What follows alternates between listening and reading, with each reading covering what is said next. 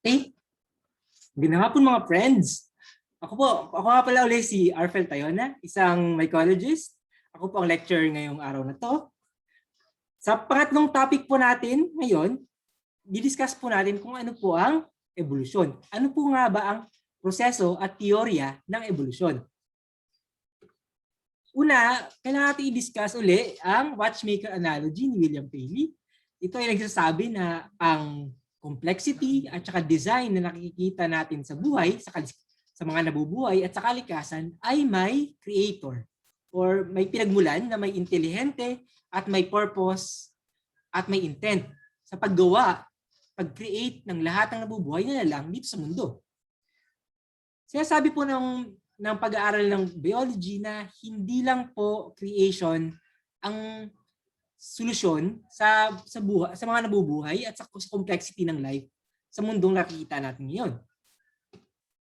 Mapapansin natin na ang complexity ay pwedeng magmula katulad ng snowflake na ito o crystal ng tubig ay pwedeng magmula sa simpleng natural na mga proseso na hindi nangangailangan ng gabay ng isang intelligent designer o creator.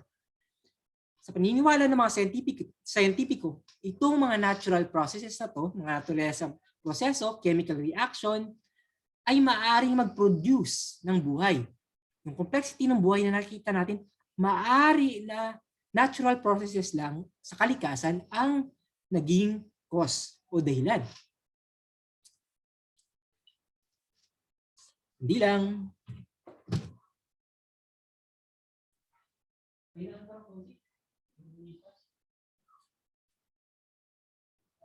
Ano nga yan?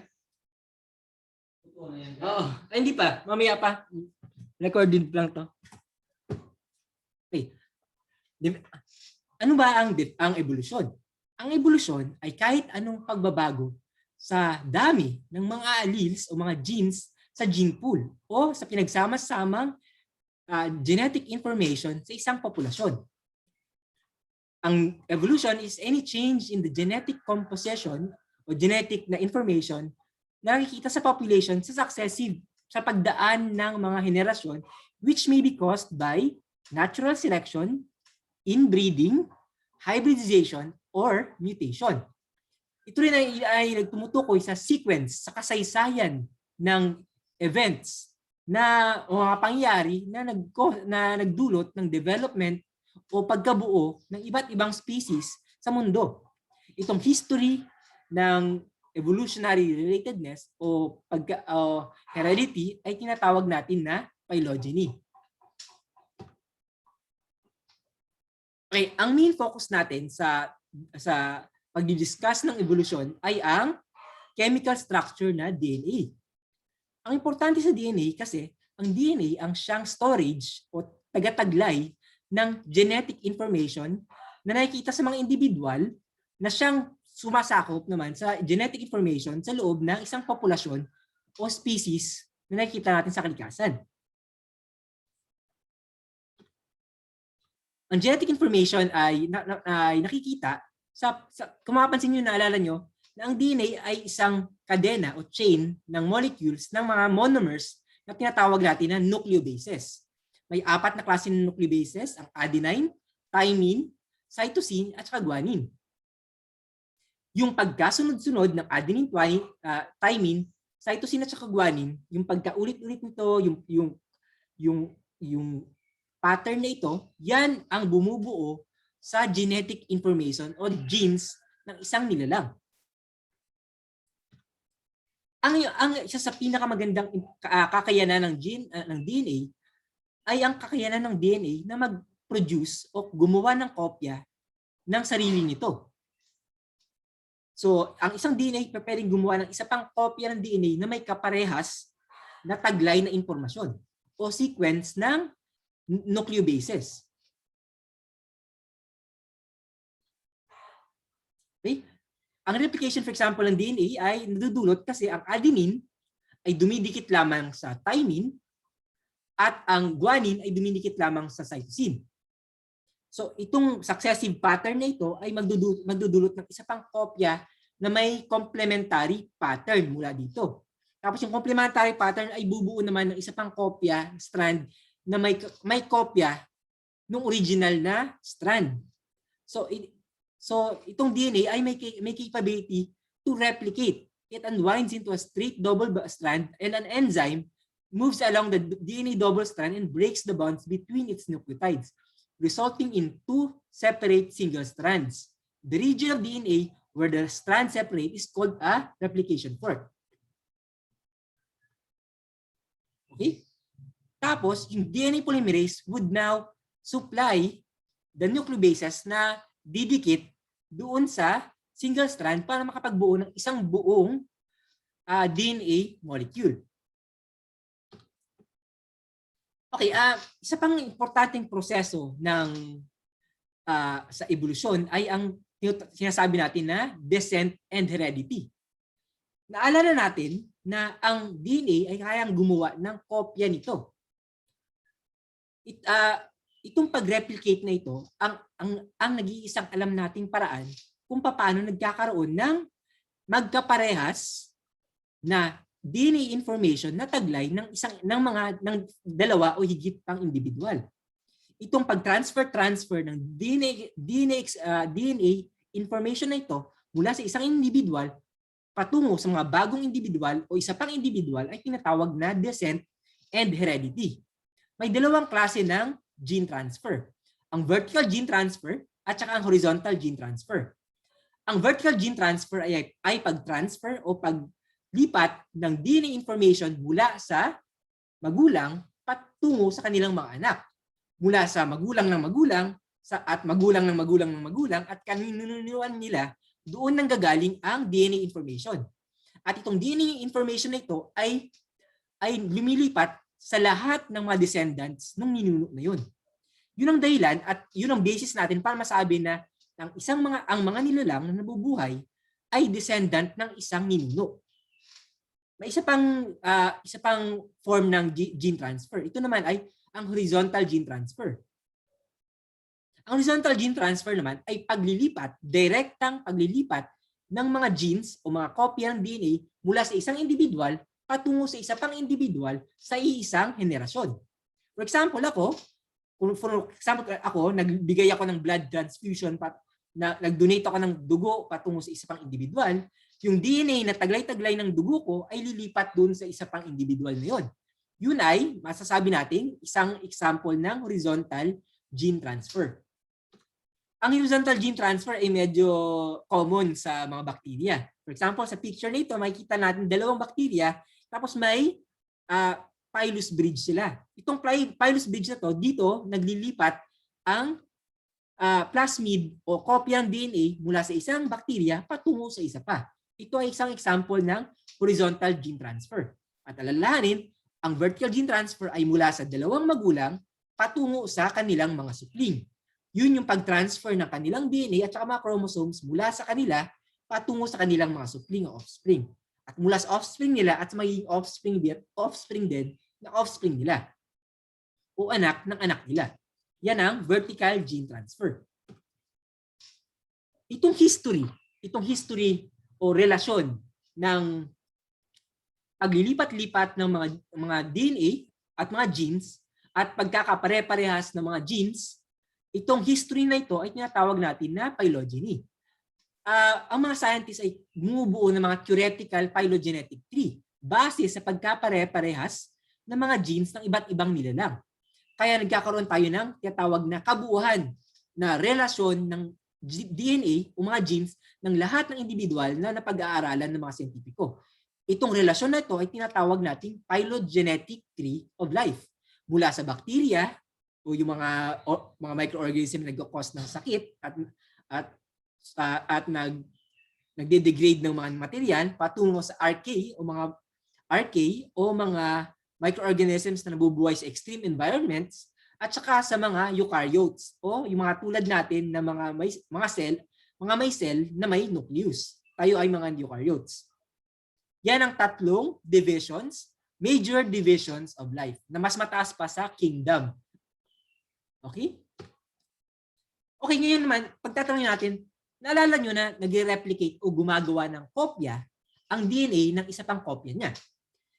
Pero dahil isa itong natural na proseso lamang at isa lamang itong unguided natural process, minsan sa nature, itong proseso na ito ng replication ay hindi perpekto.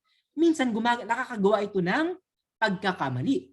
Itong pagkakamali na ito ay nagdudulot ng pagbabago ng genetic information mula sa original na DNA patungo sa kopya nito. Ito ay tinatawag natin na mutations. Itong mga mutations is any change in the information sa struktura ng DNA na carried by the DNA gene that is transferred from one generation patungo sa isa pa. May iba't ibang klase ng mutation. Una yung duplication o pagdoble ng genes, deletion o pagkawala ng genes, inversion o yung pagtumbling o pag-ikot ng pattern ng DNA o ng genes, at saka translocation o pag-iba-iba ng shuffling ng mga genes. Ang importante sa mutation, dahil sa mutation nagkakaroon ng pagkakaiba mula sa original na kopya ng genes patungo sa kopya nila, may nagkakaroon sila ng changes. Itong mga changes na to ay nagko-cause ng tinatawag natin na genetic variability o pagkaiba-iba ng mga genes na taglay ng isang individual. May iba't ibang klase ng mutation. Kalakhan ng mga mutation sa kalikasan ay neutral. Ibig sabihin, hindi sila nagdudulot ng matinding pagbabago dun sa mga individual na nagtataglay sa kanila. Kaya tinatawag itong neutral mutation. May mga mutation naman na nagko-cause ng matinding pagbabago sa katangian ng mga nilalang. Karamihan ng mga matinding pagbabago na ito ay harmful o nakakadulot ng kasamaan dun sa individual na may taglay nito. For example, yung mga developmental mutation tulad ng autism, Down syndrome, yung for example, polyploidy, polydigitalis, pagdami ng mga daliri sa paa, sa kamay, katulad ng nasa picture. Yan ay mga malalaking pagbabago dulot ng mutation. For example, ng mutation sa tao ay itong sickle cell mutation.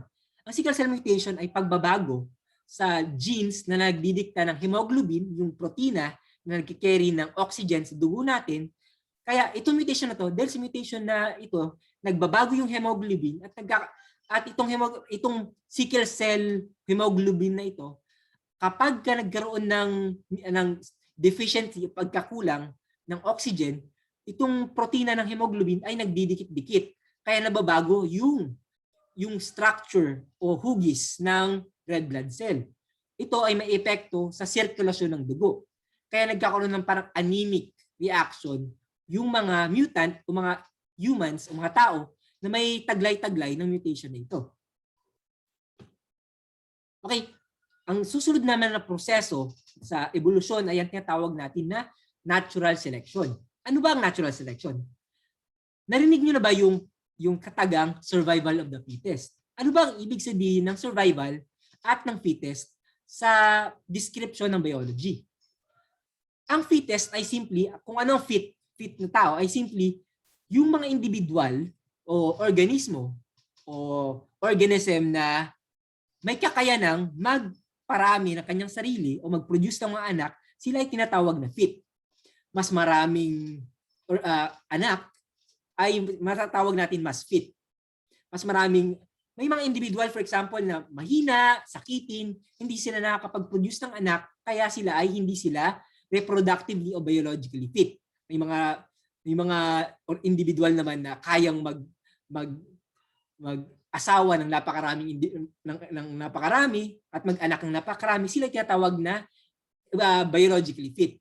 Meron din minsan may mga individual din na may katangian na nagdudulot na hindi sila makapagparami sa isang sitwasyon. For example, dito sa picture na ito, yung mga kulay green na beetles ay napagdiskitahan ng mga ibon. Kaya sa isang populasyon, habang kinakain ng mga ibon yung mga green o berde na mga beetles o insekto, naiiwan yung mga orange. Aabot yan sa point in time kung saan halos lahat ng individual dun sa populasyon na yun ay kulay orange na.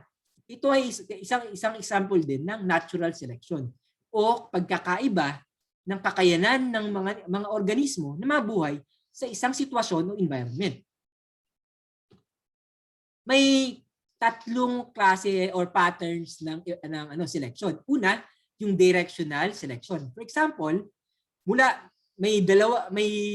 sa isang populasyon merong maikli yung buntot, medium yung buntot, at mahaba yung buntot. Pagka nagkaroon ng pagkakataon dun sa environment o sa sitwasyon ng populasyon na yun o ng organismo na yun, kung saan sila nabubuhay, na mas nabubuhay o mas nakakapag-reproduce yung mahaba yung buntot, aabot yung time kung saan mas marami doon sa populasyon na yun na mahaba ang buntot.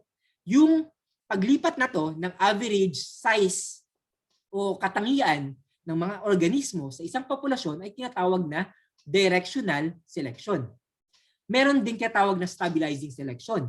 Ibig sabihin yung katangian na average, for example, yung haba ng buntot ay average lang between sa pagitan ng maikling buntot at saka mahabang buntot, yung average na buntot ay siyang mas nabubuhay o mas nakakapagparami, yun ay tinatawag na stabilizing selection, kung saan yung median o kagitnaan na characteristic, sila ang mas nakakapagparami. Ito ang importante din, ang tinatawag na destabilizing selection.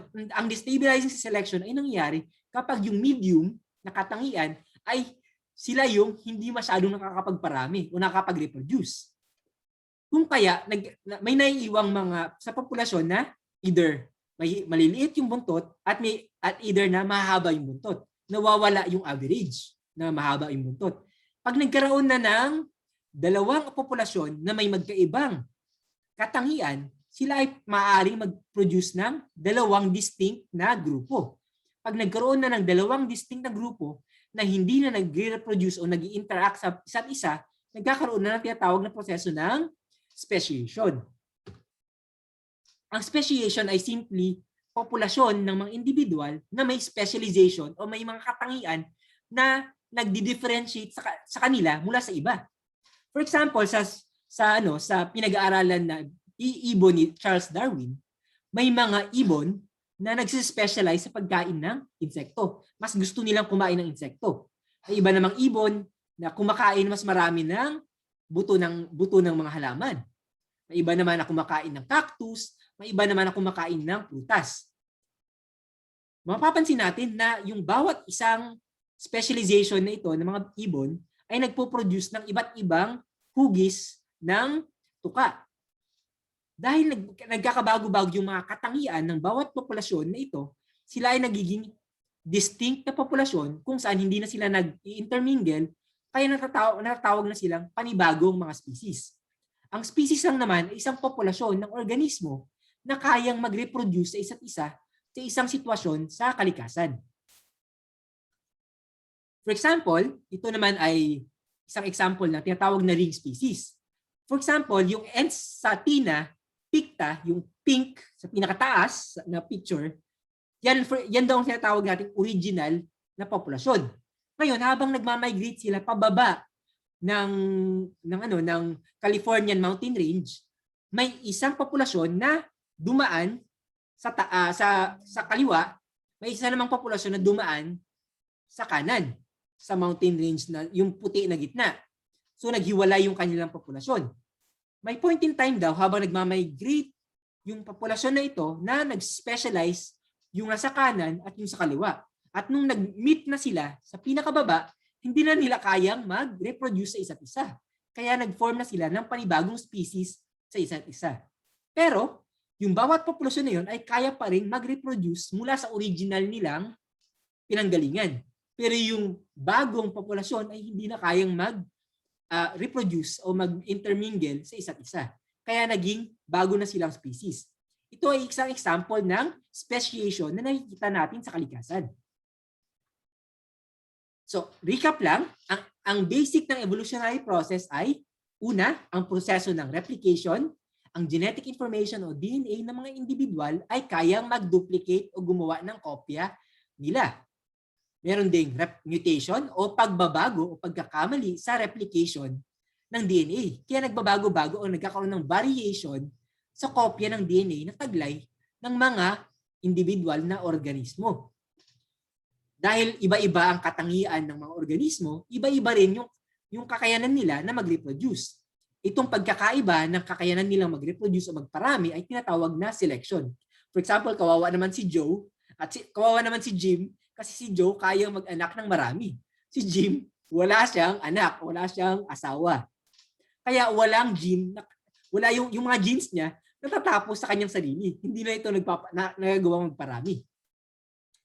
Yung mga populasyon ngayon na hiwa-hiwalay at distinct sa isa't isa na hindi na kaya mag-reproduce sa pagitan nila ay tinatawag natin na magkakaibang species. Ito ang proseso ng speciation.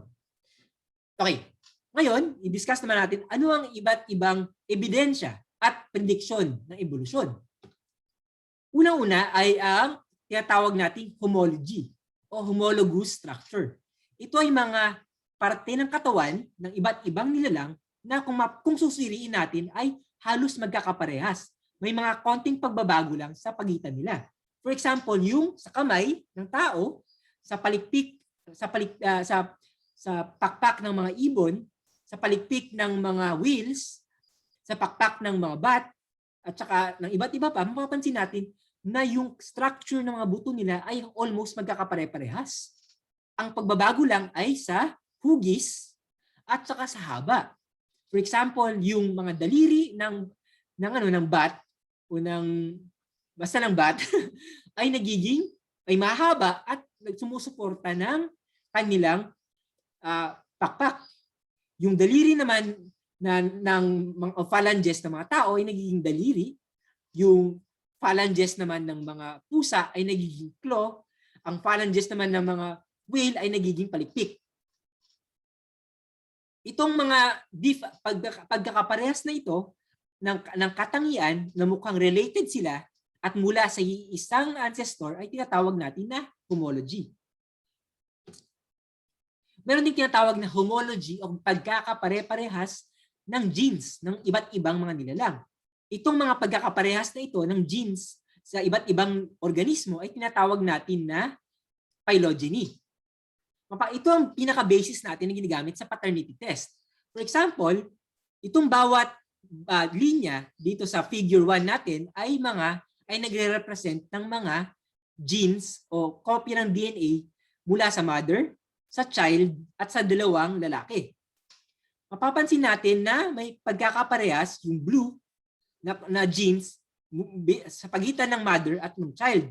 At mapapansin din natin na may mga red, mga genes na pagkakapareha ng child patungo sa male 1 at sa male 2. Mapapansin natin na mas maraming parehas na genes ang child at saka ang male 1. Kaya nasasabi natin na yung male 1, parehas yung gene nila, most likely siya ang tatay ng child. Ganito natin na nagagamit ang paternity test.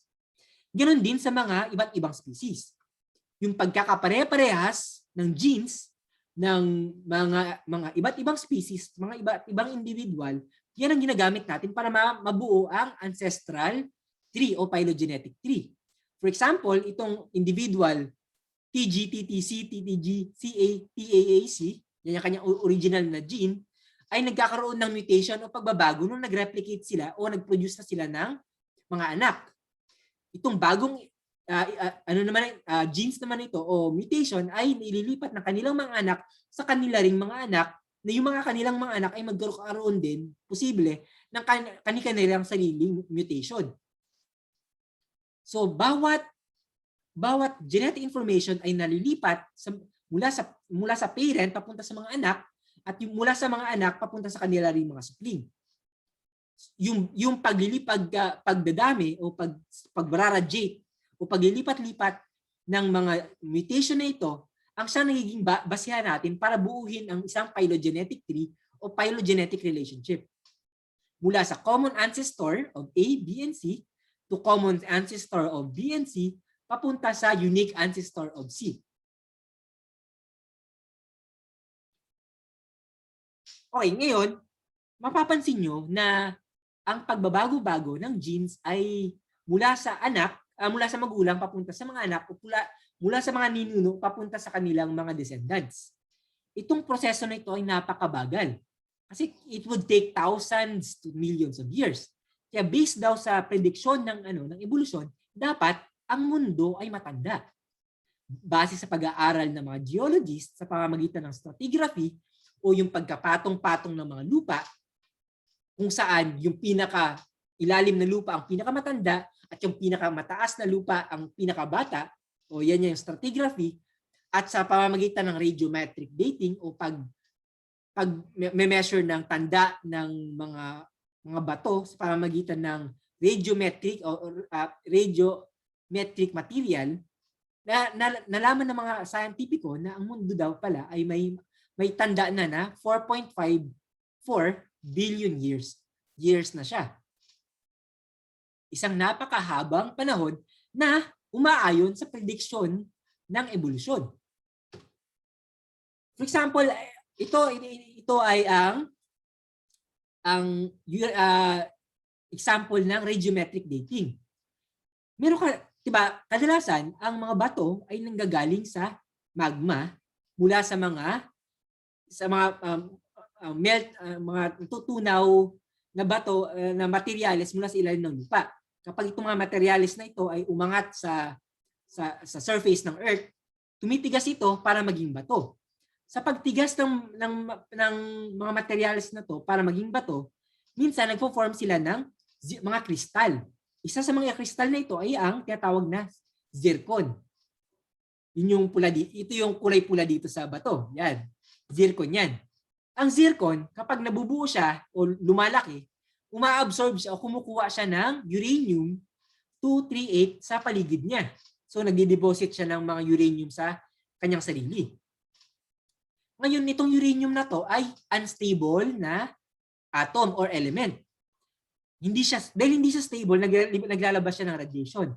At habang naglalabas siya ng radiation, ay nagtatransform siya from uranium papunta sa lead o tingga. Nagiging tingga siya sa pagdaan ng panahon. Yung haba ng panahon kung saan kalahati ng dami ng uranium ay nagiging tingga, ay tinatawag natin na half-life.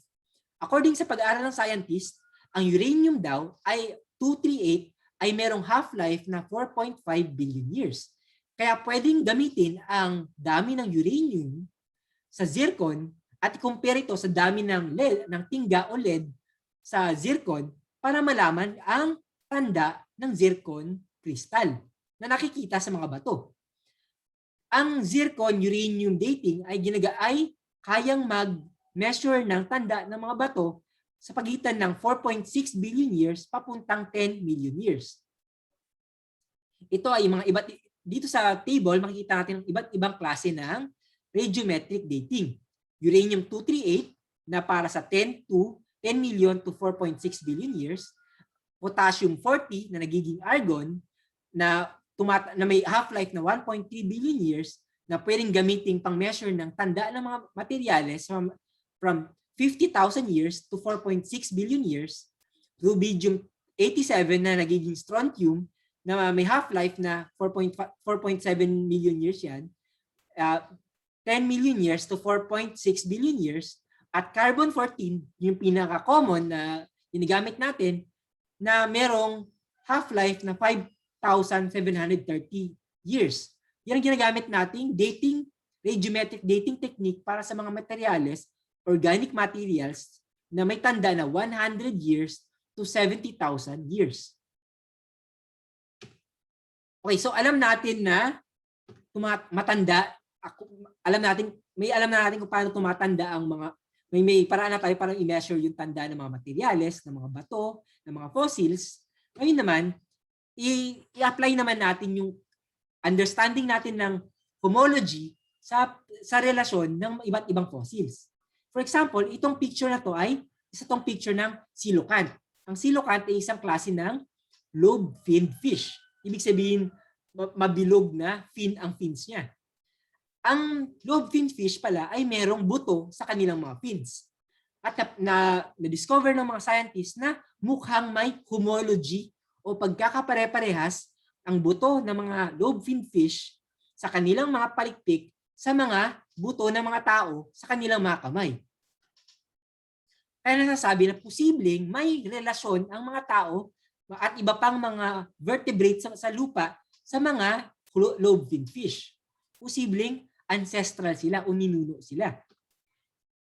Hindi ito nakapagtataka kasi may alam tayong mga isda ngayon na nabubuhay na kayang mabuhay sa lupa at sa tubig. For example, ito ay picture ng mudskipper at meron din tayong alam ng mga isda ngayon na kayang huminga ng hangin. Ito ay picture, for example naman, ng lungfish o isda na may lungs. So, itong pag-aaral natin ng homology sa pagkakapare-parehas ng istruktura ng buto na nakikita natin sa fossils, ang ginagamit natin basihan para malaman natin ang ancestry o ancestors o pagkakaninuno-nino ng mga fossils na nakikita natin sa mga organismong nabubuhay ngayon. For example, itong picture sa kanan ay picture ng Archaeopteryx. Mapapansin natin, ito daw ay fossil ng isang early dinosaur bird. Mapapansin kasi na siya ay mapapansin nyo, meron siyang buntot na parehas sa mga dinosaur. Meron din siyang kamay na nasa pagitan ng characteristics ng mga ibon at saka ng mga dinosaur. At meron din siyang bibig na may mga buto. May mga ngipin. Pero mapapansin nyo na sa fossil na ito na merong balahibo itong fossil na ito, itong nilalang na ito. Kaya nasasabi ng mga scientists, baka itong nilalang na ito ay ninuno o related sa mga ibon at sa mga dinosaur. Ito ay pattern lang ng mga iba't ibang nadi-discover natin ng mga fossils. Ito ay, for example, itong mga bands na yan, pare-parehas ang fossils, pare-parehas ang fossils ng yellow, pare-parehas ang fossils ng orange, ng blue, at gumagawa sila ng pattern na nakikita sa iba't ibang mga kontinente. Ito naman, for example, ay mga extant o buhay na mga nilalang ng mga mammals. Ito ay dalawang example, ang duck-billed platypus at saka echidna or spiny anteater. Sila ay mga mammals kasi kaya nilang mag-produce o magpasuso ng mga anak. Pero yung mga anak nila ay sinisilang nila sa anyo ng mga itlog. So nangingitlog ang mga mammals na ito. Kaya nasasabi ng mga scientists na posibleng may mga ancestors siguro itong mga mammals, tayong mga mammals na may kakayanan, may katangian na kayang mangitlog at kayang mag-produce ng gatas.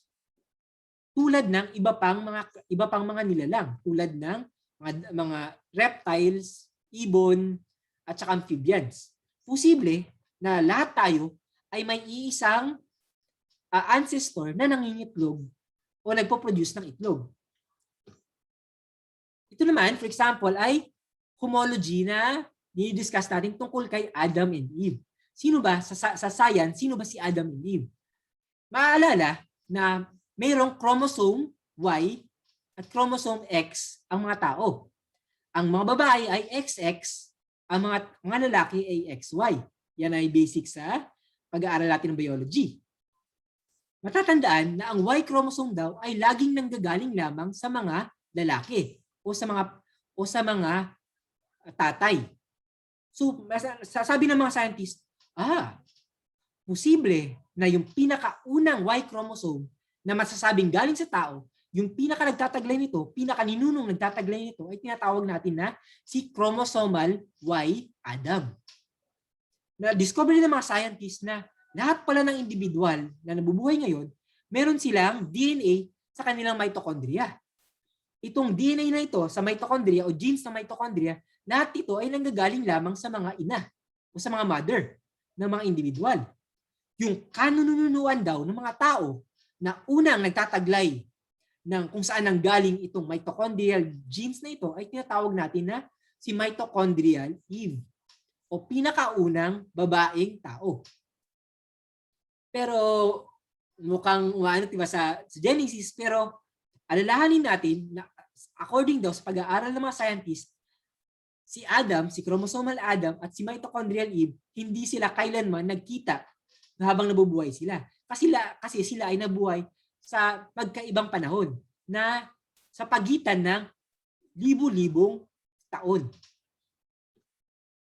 Ito naman ay comparison ng chromosome ng tao, ng chimpanzee, gorilla at saka ng orangutan. Makikita natin na nagkakapare-pareho ang kalagayan ng mga genes ng humans, chimp, gorilla at saka orangutan. Nagkataon lang na mapapansin natin sa number 2 o sa number 2 chromosome na yung isang chromosome ng human ay nagtataglay ng genes sa chromosome 21A at 21B at 2A at 2B ng chimpanzee, gorilla at ng orangutan. Kaya sabi, posible nagkaroon ng fusion o pagdikit-dikit ng chromosome ng chimp 2A at 2B para maging chromosome 2 ng tao. Ngayon, yung pag-aaral natin ng homology ng buto ng mga nakita natin sa fossils ang naging batayan natin para masabi ang ancestry ng mga tao. Mapapansin natin niya na may pagkakaparehas yung buto, yung laki ng cranium o ng skulls ng mga chimpanzee at saka ng tao, at may pagkakapare-parehas ito, gradation ito na makikita sa mga fossils ng tao na nakukuha ng mga scientifico. At dahan-dahan itong pagbabago ng laki ng skull na ito, dahan-dahan progressive ito patungo sa tao. Ito daw, yung pagkakaparehas na ito ang naging batayan ng mga scientists para masabi kung anong mga fossils, anong mga species ang posibleng ancestor ng mga tao, mga ninuno ng mga tao o mga kamag-anak ng mga tao. Mula sa chimpanzee papunta sa mga tao. Itong kabuuan na ito mula sa chimpanzee at mga tao, itong grouping na ito ay tinatawag natin na hominin family. Okay, in summary, ang evolution is an observable. Nakikita po itong phenomena o pangyayari sa kalikasan. Alam rin natin na sa pagkakaalam natin, iisa lang ang dahilan para magkakapare-parehas ang mga genes ng iba't ibang mga nilalang. Ito ay sa pamamagitan ng descent o gene transfer. Lahat ng mga organismong nabubuhay ngayon, kahit gaano kaiba, ay kahit papano, may mga pagkakapare-parehas sa genes. At sabi ng mga scientists, itong pagkakapare-parehas sa genes ng mga iba't ibang mga species ay dahil sa descent o pagkakaninuno-nino o heredity. Yung pagkakaiba-iba naman ng mga katangian ng mga organismo na nakikita natin ngayon kung bakit magkakaiba-iba yung nabubuhay ngayon ay dahil iba-iba ang tsansa ng bawat individual o grupo ng individual na makapagparami dahil sa tinatawag natin na environmental pressure sa proseso na tinatawag natin na natural selection at adaptation. So, sa kabuuan, masasabi natin na ang theory of evolution ay may mga prediction na nakikita tayo. Meron siyang mga description na nakikita natin sa mga pag-aaral natin ng buhay. Kaya, masasabi natin na hindi lang disenyo at intelligence at purpose ang nagkakos ng pagkakaiba-iba ng design ng buhay.